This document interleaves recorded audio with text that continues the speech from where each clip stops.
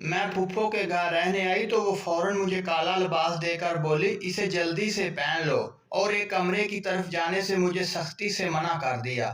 میں حیران ہوئی، مگر فوراً ہی مجھے پھپھو پر کچھ شک سا گزرنے لگا کہ ان کو کیا ہو گیا ہے۔ میں نے پھپھو کی بات پر یقین کیا اور کالا لباس پہن لیا، مگر پھپھو کے سونے کا انتظار کرنے لگی۔ جو ہی پھپھو سو گئی تو میں چھپکے سے اسی کمرے کی طرف چلی گئی جہاں پر جانا منع تھا۔ جو ہی میں نے دروازہ کھولا تو دیکھ کر میرے پاؤں تلے زمین ہی نکل گئی، کیونکہ وہاں پھپھو کے دو کالے رنگ کے بڑے بڑے بیٹے بیٹھے ہوئے تھے، جنہیں دیکھ کر مجھے بہت خوف آیا۔ وہ آپس میں باتیں کر رہے تھے۔ انہوں نے میری طرف نہ دیکھا کیونکہ ان کے منہ دوسری طرف تھے۔ ایک کہہ رہا تھا کہ جو کزن آئی ہے یہ میری ہے، میں نے اسے ہر صورت میں شادی کروانی ہے، امی نے مجھ سے وعدہ کیا ہوا ہے۔ لیکن دوسرا کہہ رہا تھا کہ میں کسی صورت اس سے آپ کی شادی نہیں ہونے دوں گا، میں اسے حاصل کر کے رہوں گا، میں اس سے محبت کرتا ہوں اور میں کسی صورت بھی اسے جانے نہیں دوں گا۔ وہ دونوں بڑے بڑے قد والے اور سیاہ کالے تھے۔